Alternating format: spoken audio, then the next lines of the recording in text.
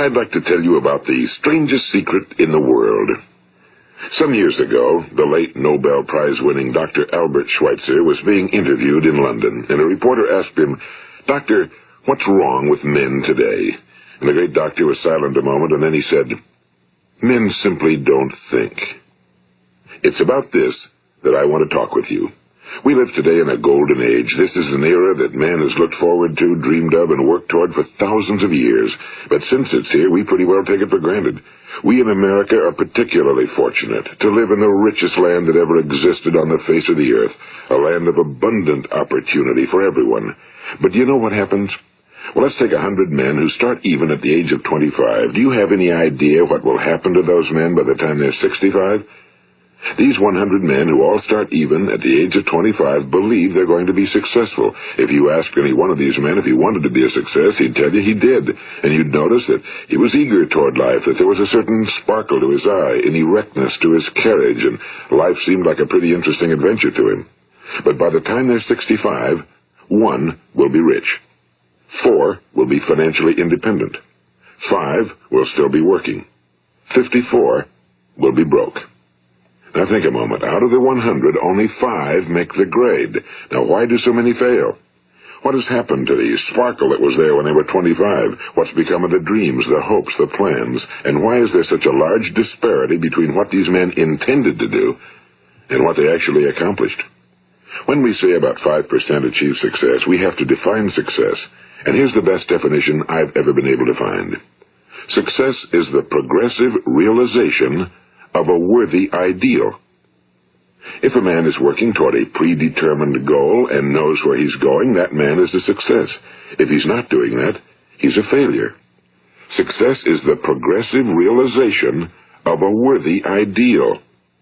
Rollo May, the distinguished psychiatrist, wrote a wonderful book called Man's Search for Himself. And in this book he says, the opposite of courage in our society is not cowardice. It is conformity. And there you have the trouble today. It's conformity, people acting like everyone else without knowing why, without knowing where they're going. Now think of it. In America right now, there are over 18 million people 65 years of age and older. And most of them are broke. They're dependent on someone else for life's necessities. Now, we learn to read by the time we're 7. We learn to make a living by the time we're 25. Usually by that time, we're not only making a living, we're supporting a family. And yet, by the time we're 65, we haven't learned how to become financially independent in the richest land that has ever been known. Why? We conform.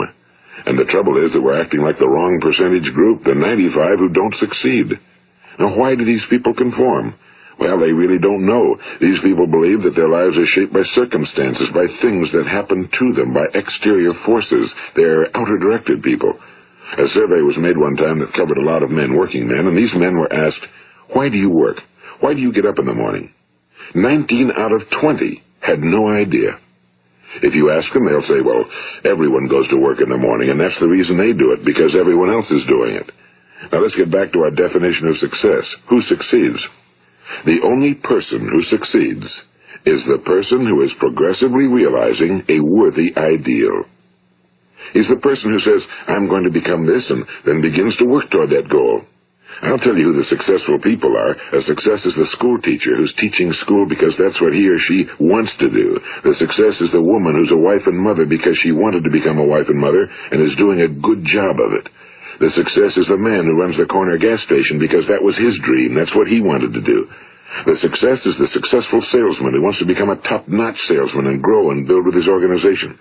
A success is anyone who is doing deliberately a predetermined job because that's what he decided to do deliberately. But only 1 out of 20 does that. That's why today there isn't really any competition unless we make it for ourselves.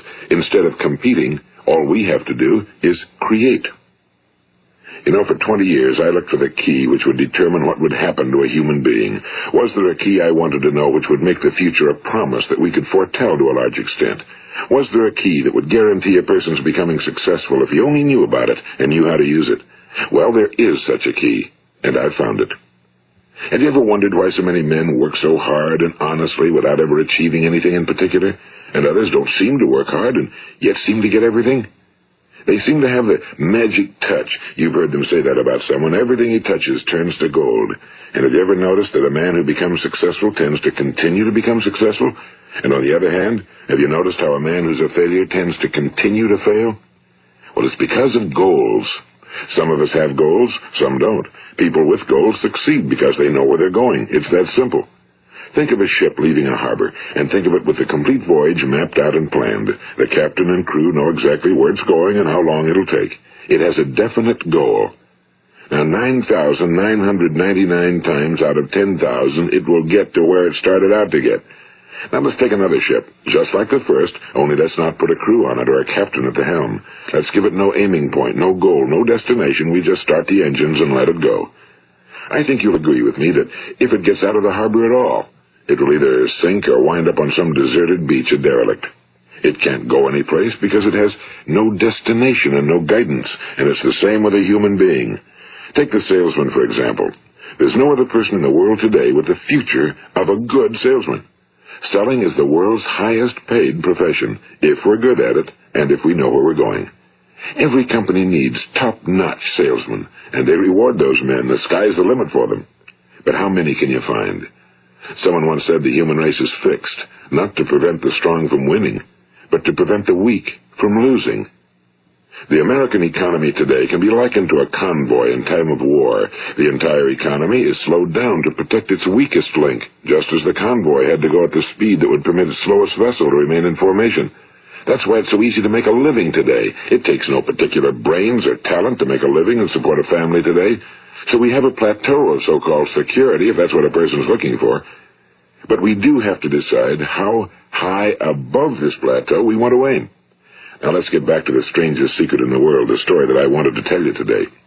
Why do men with goals succeed in life and men without them fail? Well, let me tell you something which, if you really understand it, will alter your life immediately. If you understand completely what I'm going to tell you from this moment on, your life will never be the same again. You will suddenly find that good luck just seems to be attracted to you. The things you want just seem to fall in line, and from now on you won't have the problems, the worries, the gnawing lump of anxiety that perhaps you've experienced before. Doubt, fear, well, they'll be things of the past. Here's the key to success and the key to failure. We become what we think about. Now let me say that again. We become what we think about. Throughout all history, the great wise men and teachers, philosophers and prophets have disagreed with one another on many different things. It's only on this one point that they are in complete and unanimous agreement. Listen to what Marcus Aurelius, the great Roman emperor, said. A man's life is what his thoughts make of it. Disraeli said this. Everything comes if a man will only wait. I've brought myself by long meditation to the conviction that a human being with a settled purpose must accomplish it, and that nothing can resist a will that will stake even existence for its fulfillment. Ralph Waldo Emerson said this, a man is what he thinks about all day long. William James said, the greatest discovery of my generation is that human beings can alter their lives by altering their attitudes of mind. And he also said, we need only in cold blood act as if the thing in question were real, and it will become infallibly real by growing into such a connection with our life that it will become real. It will become so knit with habit and emotion that our interest in it will be those which characterize belief. And he also said, if you only care enough for a result, you will almost certainly attain it. If you wish to be rich, you will be rich. If you wish to be learned, you will be learned. If you wish to be good, you will be good. Only you must then really wish these things and wish them exclusively, and not wish at the same time 100 other incompatible things just as strongly. In the Bible you read in Mark 9:23, if thou canst believe, all things are possible to him that believeth. My old friend Dr. Norman Vincent Peale put it this way, this is one of the greatest laws in the universe. Fervently do I wish I had discovered it as a very young man. It dawned upon me much later in life, and I found it to be one of the greatest, if not my greatest discovery outside of my relationship to God. The great law, briefly and simply stated, is that if you think in negative terms, you will get negative results. If you think in positive terms, you will achieve positive results. That is the simple fact, he went on to say, which is at the basis of an astonishing law of prosperity and success. In 3 words, believe and succeed. William Shakespeare put it this way: our doubts are traitors and make us lose the good we oft might win by fearing to attempt. George Bernard Shaw said, people are always blaming their circumstances for what they are. I don't believe in circumstances. The people who get on in this world are the people who get up and look for the circumstances they want, and if they can't find them, make them. Well, it's pretty apparent, isn't it? And every person who discovered this for a while believed that he was the first one to work it out. We become what we think about. Now, it stands to reason that a person who's thinking about a concrete and worthwhile goal is going to reach it, because that's what he's thinking about, and we become what we think about. Conversely, the man who has no goal, who doesn't know where he's going, and whose thoughts must therefore be thoughts of confusion and anxiety and fear and worry, becomes what he thinks about. His life becomes one of frustration and fear and anxiety and worry. And if he thinks about nothing, he becomes nothing. Now, how does it work? Why do we become what we think about? Well, I'll tell you how it works as far as we know. Now, to do this, I want to tell you about a situation that parallels the human mind. Suppose a farmer has some land, and it's good, fertile land. Now, the land gives the farmer a choice. He may plant in that land whatever he chooses. The land doesn't care. It's up to the farmer to make the decision. Now, remember, we're comparing the human mind with the land because the mind, like the land, doesn't care what you plant in it.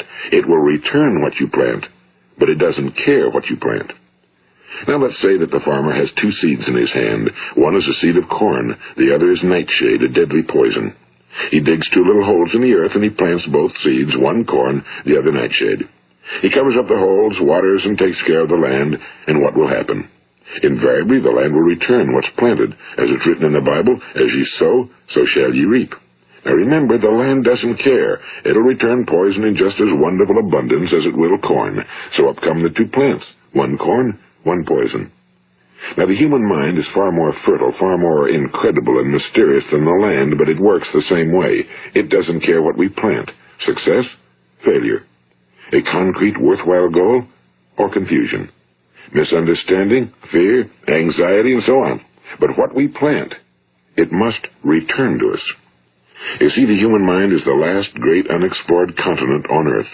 It contains riches beyond our wildest dreams. It will return anything we want to plant. Now, you might say, well, if that's true, why don't people use their minds more? Well, I think they figured out an answer to that one, too. Our mind comes as standard equipment at birth. It's free, and things that are given to us for nothing we place little value on. Things that we pay money for, we value. The paradox is that exactly the reverse is true. Everything that's really worthwhile in life came to us free. Our minds, our souls, our bodies, our hopes, our dreams, our ambitions, our intelligence, our love of family and children and friends and country, all these priceless possessions are free.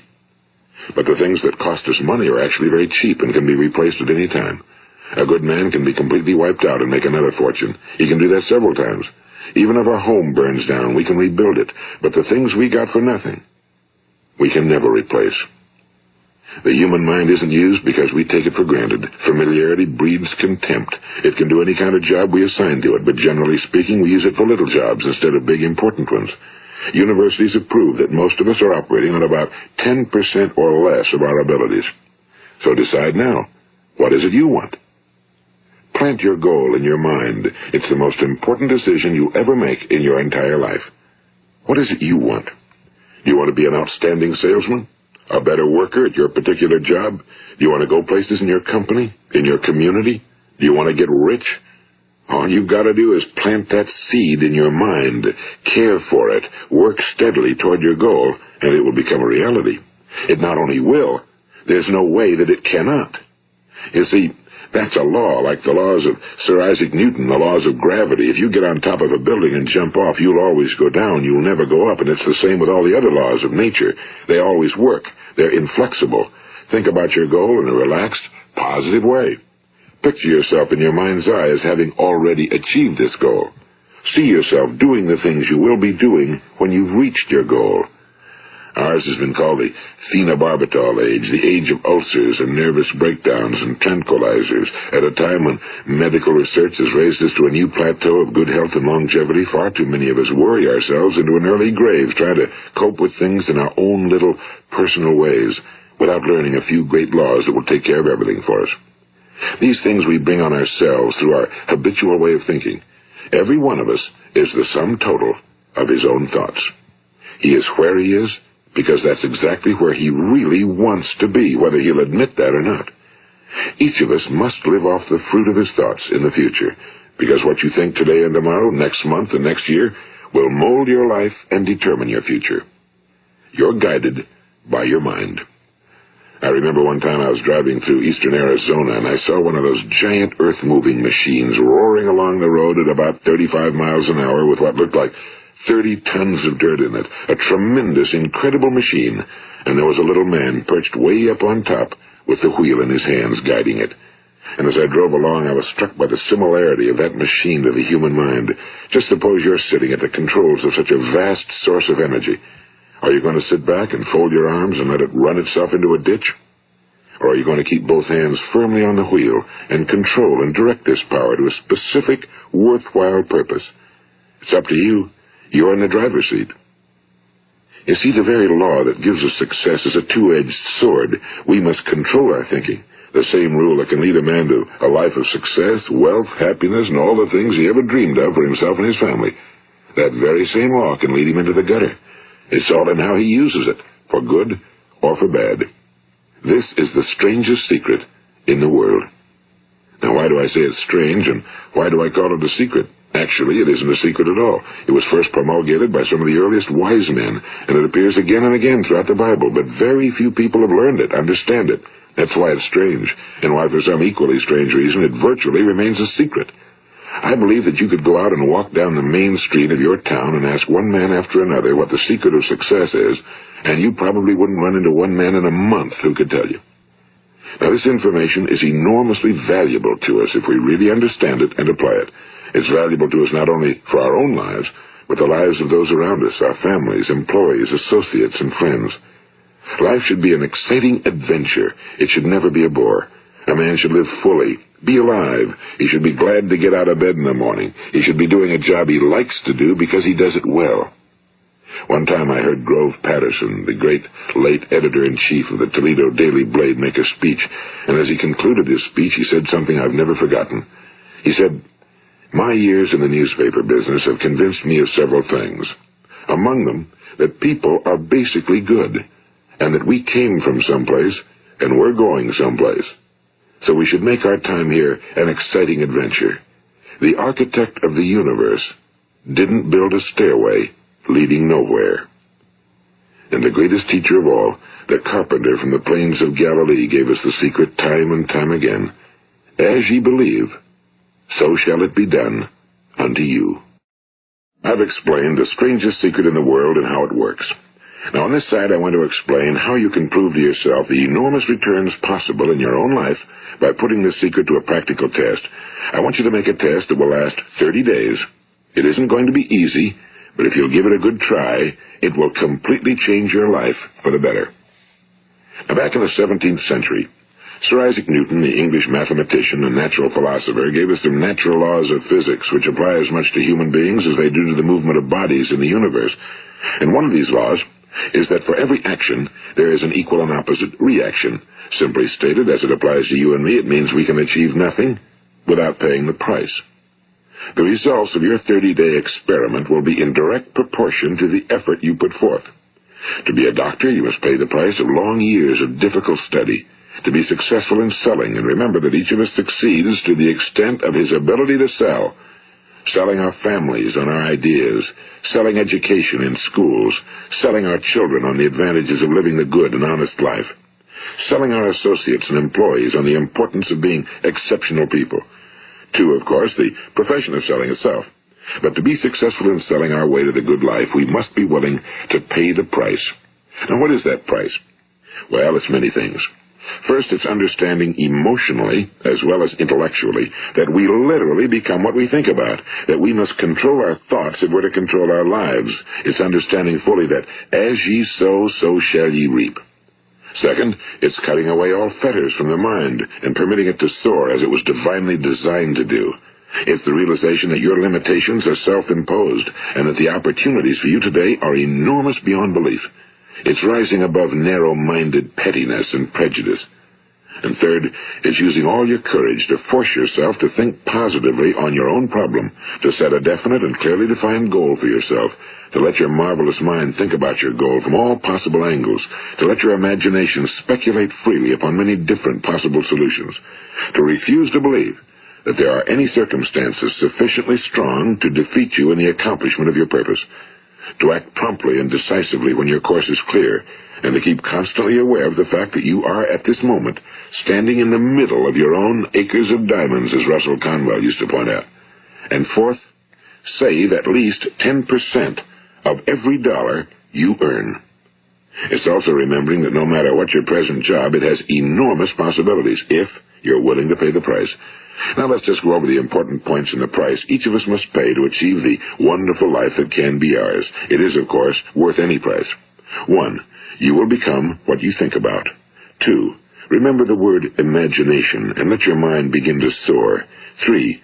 Courage. Concentrate on your goal every day. 4. Save 10% of what you earn. And 5. Action. Ideas are worthless unless we act on them. Now, I'll try to outline the 30-day test I want you to make. Keep in mind that you have nothing to lose by making this test and everything you could possibly want to gain. There are 2 things that may be said of everyone. Each of us wants something, and each of us is afraid of something. I want you to write on a card what it is you want more than anything else. It may be more money. Perhaps you'd like to double your income or make a specific amount of money. It may be a beautiful home. It may be success at your job. It may be a particular position in life. It could be a more harmonious family. Each of us wants something. Now write down on your card specifically what it is you want. Make sure it's a single goal and clearly defined. You needn't show it to anyone, but carry it with you so that you can look at it several times a day. Think about it in a cheerful, relaxed, positive way each morning when you get up, and immediately you have something to work for, something to get out of bed for, something to live for. Look at it every chance you get during the day and just before going to bed at night. And as you look at it, remember that you must become what you think about, and since you're thinking about your goal, you realize that soon it will be yours. In fact, it's yours really the moment you write it down and begin to think about it. Look at the abundance all around you as you go about your daily business. You have as much right to this abundance as any other living creature. It's yours for the asking. Now we come to the difficult part. Difficult because it means the formation of what is probably a brand new habit, and new habits are not easily formed. Once formed, however, it will follow you for the rest of your life. Stop thinking about what it is you fear. Each time a fearful or negative thought comes into your consciousness, replace it with a mental picture of your positive and worthwhile goal. And there will come times when you'll feel like giving up. It's easier for a human being to think negatively than positively. That's why only 5% are successful. You must begin now to place yourself in that group. For 30 days, you must take control of your mind. It will think about only what you permit it to think about. Each day for this 30-day test, do more than you have to do. In addition to maintaining a cheerful, positive outlook, give of yourself more than you've ever done before. Do this knowing that your returns in life must be in direct proportion to what you give. The moment you decide on a goal to work toward, you're immediately a successful person. You are then in that rare and successful category of people who know where they're going. Out of every 100 people, you belong to the top 5. Don't concern yourself too much with how you're going to achieve your goal. Leave that completely to a power greater than yourself. All you have to do is know where you're going. The answers will come to you of their own accord and at the right time. Remember these words from the Sermon on the Mount, and remember them well. Keep them constantly before you this month of your test. Ask, and it shall be given you. Seek, and ye shall find. Knock, and it shall be opened unto you. For every one that asketh receiveth, and he that seeketh findeth, and to him that knocketh it shall be opened. It's as marvelous and as simple as that. In fact, it's so simple that in our seemingly complicated world, it's difficult for an adult to understand that all he needs is a purpose and faith. For 30 days, do your very best. If you're a salesman, go at it as you've never done before, not in a hectic fashion, but with the calm, cheerful assurance that time well spent will give you the abundance in return you deserve and want. If you're a homemaker, devote your 30-day test to completely giving of yourself without thinking about receiving anything in return, and you'll be amazed at the difference it makes in your life. No matter what your job, do it as you've never done it before for 30 days. And if you've kept your goal before you every day, you'll wonder and marvel at this new life you've found. Dorothea Brand, the outstanding editor and writer, discovered it for herself and tells about it in her fine book, Wake Up and Live. Her entire philosophy is reduced to the words, act as though it were impossible to fail. She made her own test with sincerity and faith, and her entire life was changed to one of overwhelming success. Now, you make your test for 30 full days. Don't start your test until you've made up your mind to stick with it. You see, by being persistent, you're demonstrating faith. Persistence is simply another word for faith. If you didn't have faith, you'd never persist. If you should fail during your first 30 days, by that I mean suddenly find yourself overwhelmed by negative thoughts, you've got to start over again from that point and go 30 more days. Gradually, your new habit will form until you find yourself one of that wonderful minority to whom virtually nothing is impossible. And don't forget the card. It's vitally important as you begin this new way of living. On one side of the card, write your goal, whatever it may be. On the other side, write the words we've quoted from the Sermon on the Mount. Ask, and it shall be given you. Seek, and ye shall find. Knock, and it shall be opened unto you. Nothing great was ever accomplished without inspiration. See that during these crucial first 30 days, your own inspiration is kept at a peak. And above all, don't worry. Worry brings fear, and fear is crippling. The only thing that can cause you to worry during your test is trying to do it all yourself. Know that all you have to do is hold your goal before you. Everything else will take care of itself. Remember also to keep calm and cheerful. Don't let petty things annoy you and get you off course. Now, since making this test is difficult, some will say, why should I bother? Well, look at the alternative. No one wants to be a failure. No one really wants to be a mediocre individual. No one wants a life constantly filled with worry and fear and frustration. Therefore, remember that you must reap that which you sow. If you sow negative thoughts, your life will be filled with negative things. If you sow positive thoughts, your life will be cheerful, successful, and positive. Now, gradually, you will have a tendency to forget what you've heard on this recording. Play it often. Keep reminding yourself of what you must do to form this new habit. Gather your whole family around at regular intervals and listen to what's been said here. You know, most men will tell you that they want to make money without understanding the law. The only people who make money work in a mint. The rest of us must earn money. This is what causes those who keep looking for something for nothing or a free ride to fail in life. The only way to earn money is by providing people with services or products which are needed and useful. We exchange our time and our product or service for the other man's money. Therefore, the law is that our financial return will be in direct proportion to our service. Now, success is not the result of making money. Making money is the result of success, and success is in direct proportion to our service. Most people have this law backwards. They believe that you're successful if you earn a lot of money. The truth is that you can only earn money after you're successful. It's like the story of the man who sat in front of the stove and said to it, give me heat, and then I'll add the wood. How many men and women do you know, or do you suppose there are today, who take the same attitude toward life? There are millions. We've got to put the fuel in before we can expect heat. Likewise, we've got to be of service first before we can expect money. Don't concern yourself with the money. Be of service. Build, work, dream, create. Do this, and you'll find there's no limit to the prosperity and abundance that will come to you. Prosperity, you know, is founded upon a law of mutual exchange. Any person who contributes to prosperity must prosper in turn himself. Sometimes the return will not come from those you serve, but it must come to you from someplace, because that's the law. For every action, there is an equal and opposite reaction. As you go daily through your 30-day test period, remember that your success will always be measured by the quality and quantity of service you render, and money is a yardstick for measuring this service. No man can get rich himself unless he enriches others. Now, there are no exceptions to a law. You can drive down any street in America and from your car estimate the service that's being rendered by the people living on that street. Had you ever thought of this yardstick before? It's interesting. Some, like ministers and priests and other devoted people, measure their returns in the realm of the spiritual, but again, their returns are equal to their service. Once this law is fully understood, any thinking person can tell his own fortune. If he wants more, he must be of more service to those from whom he receives his return. If he wants less, he has only to reduce his service. This is the price you must pay for what you want. If you believe you can enrich yourself by deluding others, you can end only by deluding yourself. It may take some time, but just as surely as you breathe, you'll get back what you put out. Don't ever make the mistake of thinking you can avert this. It's impossible. The prisons and the streets where the lonely walk are filled with people who tried to make new laws just for themselves. We may avoid the laws of man for a while, but there are greater laws that cannot be broken. An outstanding medical doctor recently pointed out 6 steps that will help you realize success. 1. Set yourself a definite goal. 2. Quit running yourself down. 3. Stop thinking of all the reasons why you cannot be successful and instead think of all the reasons why you can. 4. Trace your attitudes back through your childhood and try to discover where you first got the idea you couldn't be successful, if that's the way you've been thinking. 5.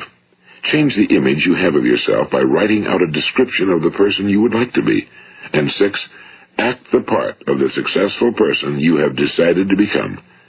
The doctor who wrote those words is a noted West Coast psychiatrist, Dr. David Harold Fink.